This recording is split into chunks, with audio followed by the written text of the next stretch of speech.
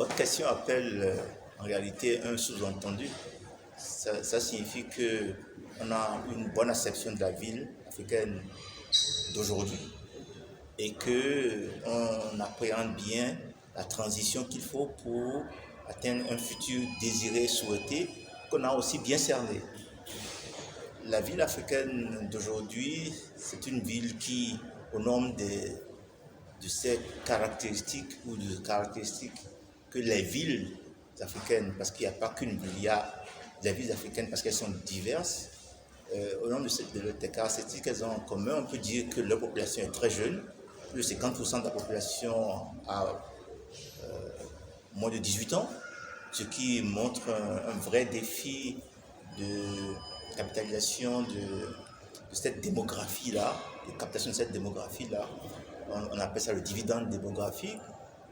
Nos villes ont en commun aussi le fait d'être informelles largement. Les informalités urbaines concernent à la fois l'habitat, l'économie, mais aussi les systèmes de gouvernance des différents aspects ou secteurs de la ville. La ville africaine, c'est une ville qui est aussi très vulnérable au changement climatique, non pas seulement à cause de la nature des chocs climatiques, mais surtout à cause de l'insuffisance de la viabilisation des zones périphériques, cette interface qu'il y a entre la ville et son arrière-pays, qu'on appelle les zones périphériques, qui ne sont pas viabilisées, mais qui accueillent la majeure partie de la croissance de la population urbaine. La ville africaine, c'est aussi une ville qui non seulement est ainsi vulnérable, c'est aussi une ville qui doit faire face à des, comment vais-je dire, à un besoin de financement. La ville n'appréhende pas ou n'est pas capable de bien appréhender ses ressources propres et du coup, elle n'est pas en mesure de se financer. En gros, voilà la ville africaine d'aujourd'hui. Or, quelle devrait être la raison d'être d'une ville? Une ville a pour raison d'être à la fois d'être un centre de mutualisation de l'accès des citoyens de la ville et du territoire à des services mutualisés, des services urbains mutualisés, éducation, innovation et autres services de transformation. La ville a aussi pour raison d'être d'apporter de la valeur ajoutée à la production du territoire, d'être aussi un centre d'innovation, un centre de transformation du territoire. Une ville qui ne fait pas tout ça pour son territoire, pour ses entrepreneurs, pour ses citoyens, est une ville qui dysfonctionne, une ville qui n'est pas performante. Donc la ville de demain doit faire tout ça tout en étant résiliente, en étant capable d'absorber les chocs, en étant capable de rebondir au mieux encore après avoir traversé les chocs.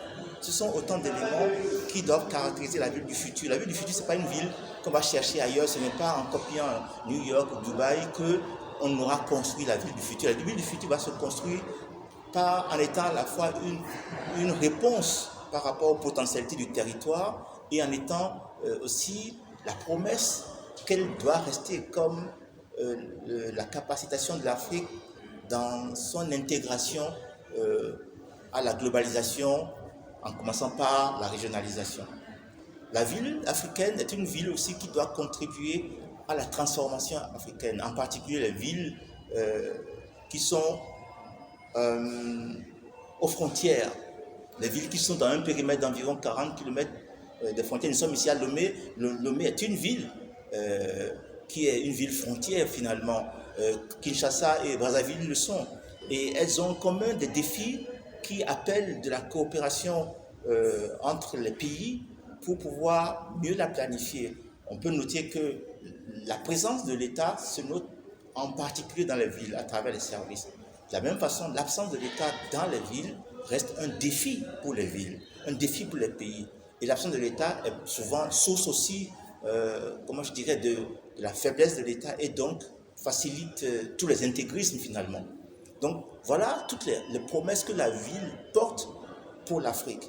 Alors, comment on fait cette transition-là? Quand on a vu la ville d'aujourd'hui et toutes les promesses que la ville porte pour l'Afrique que nous voulons. L'Afrique que nous voulons appelle des villes que nous devons construire. Comment on fait cette transition-là?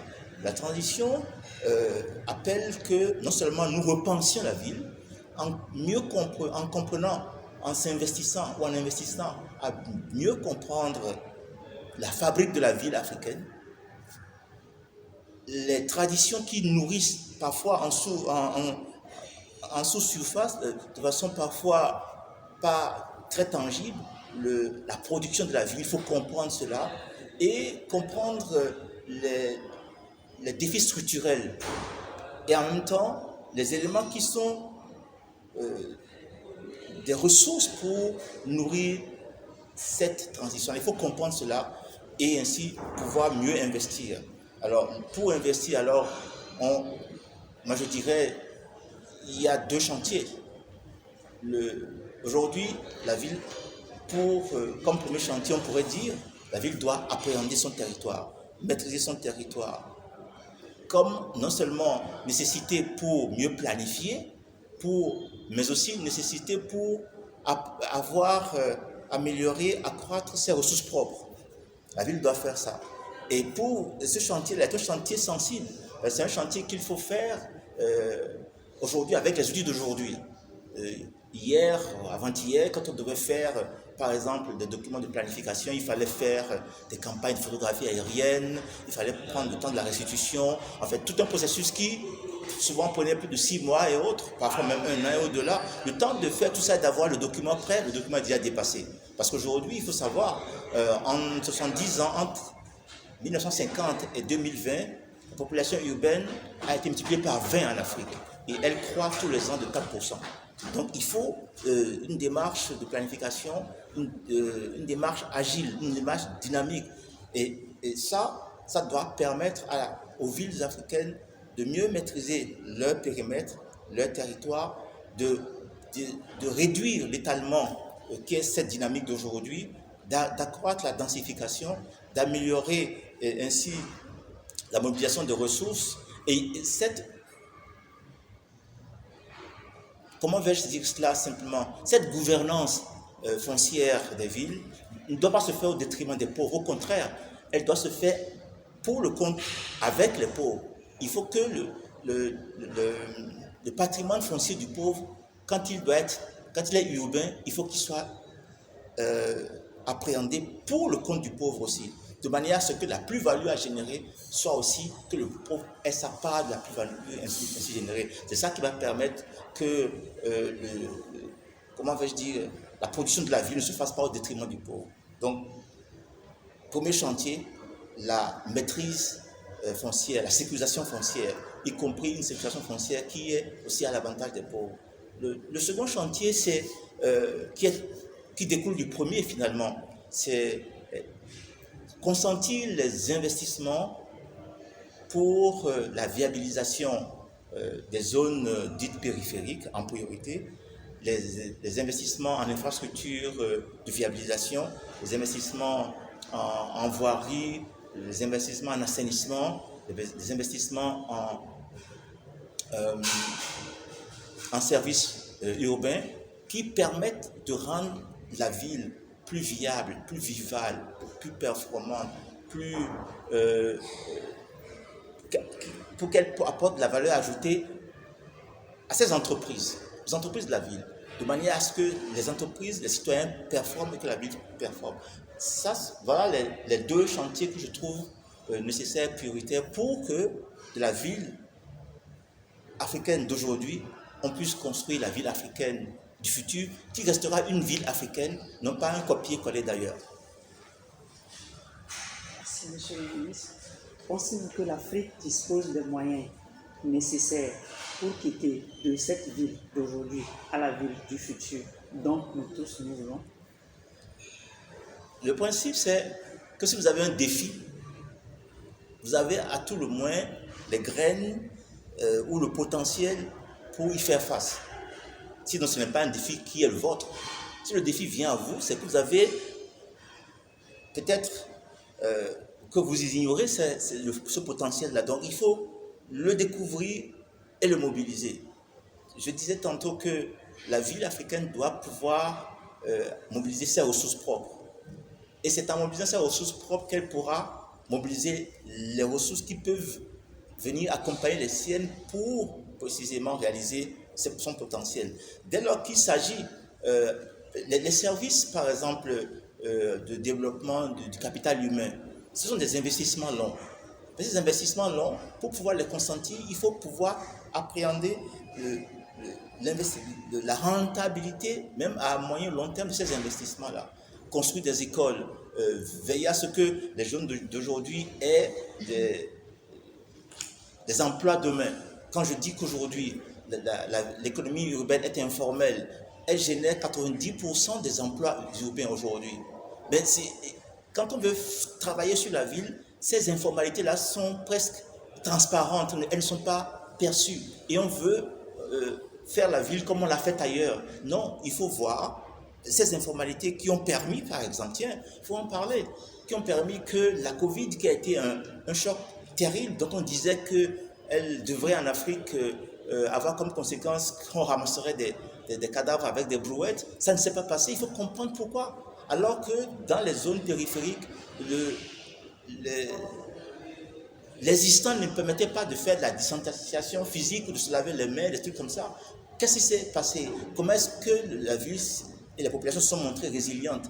Cette capacité de résilience, cette capacité d'innovation, cette capacité à faire face et à rebondir, c'est autant de ressources qu'il faut maintenant mobiliser pour, à partir de la ville d'aujourd'hui, construire la ville du futur. Il faut que, par la décentralisation, l'État central et l'État décentralisé travaillent ensemble pour que les villes aient la main pour mobiliser les ressources. Il y a plusieurs façons de le faire aujourd'hui. On le sait, il y a des choses qui sont faites ailleurs que les villes africaines peuvent émuler. Normalement, les services marchands devraient être capables de se financer dès lors qu'il y a des outils, des instruments particuliers pour que la ville démontre qu'elle est solvable. La ville africaine doit démontrer qu'elle est solvable. Mais parce qu'elle est informelle, parce qu'on n'arrive pas à appréhender ce qu'elle représente, on dit qu'elle est insolvable. Non, la ville africaine est solvable. Les outils de calcul de sa solvabilité ne doivent pas être des outils de calcul de la solvabilité des villes européennes, par exemple. Ensuite, quels sont les moyens, les outils, les instruments spécifiques à développer pour permettre cette solvabilité-là? Ce sont autant de choses qui sont des innovations à mettre en place. C'est pour cela que, je suis heureux de le dire, le Servida forme les jeunes d'aujourd'hui qui doivent être les compétences dont la ville africaine a besoin.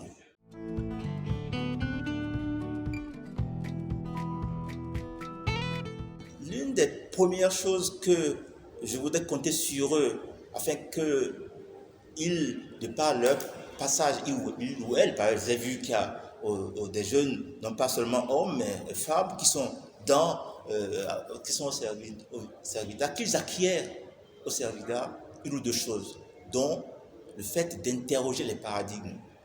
Quand une chose existe, quand une chose vous est proposée, interrogez le paradigme. Essayez de comprendre qu'est-ce qui fait fonctionner la ville. Si vous cherchez, vous voulez j'aime à le dire en anglais, if you like pineapples and you set yourself under an apple tree, you have set yourself for disappointment. Si vous aimez les ananas et que vous vous installez sous un pommier, vous n'aurez pas d'ananas. Donc, quand quelque chose ne fonctionne pas, il ne faut pas essayer de répéter la même chose. Les politiques publiques africaines, surtout urbaines, ont souvent été des copier-coller. Et on a reproduit les mêmes erreurs. Parfois, on a perpétué des instruments qui ont pu avoir fonctionné à un moment donné dans le passé et qui aujourd'hui ne sont plus des instruments pertinents. Il faut les repenser. Il ne faut pas faire les politiques publiques comme certains utilisent les feuilles Excel et ils prennent la feuille, mettent un facteur pour pouvoir trouver, un peu comme on monte les budgets en mettant un coefficient d'une année à l'autre. Les politiques publiques ne doivent pas fonctionner comme ça. Donc, ceux qui viennent au Servida doivent acquérir la capacité à interroger, à comprendre, interroger, afin de pouvoir précisément concevoir ce qui est pertinent, ce qui est pertinent, qui est contextualisé, qui tire avantage des ressources existantes et qui tire aussi avantage des opportunités qui viennent. Quand la raison d'être est méconnue, l'abus de soi est inévitable. Y compris non seulement la vie de soi, mais le fait d'autoriser d'autres à abuser de vous. C'est vrai pour les personnes, c'est vrai aussi pour les communautés urbaines. La ville est une communauté urbaine. Elle a donc une raison d'être. Il faut la connaître. Ceux qui la dirigent doivent penser autrement, doivent apprendre cette raison d'être là afin de concevoir la ville pour ce qu'elle doit être. Alors vous, soyez de la génération de ceux qui ne permettent pas qu'on les utilise pour ce pourquoi ils n'ont pas été destinés.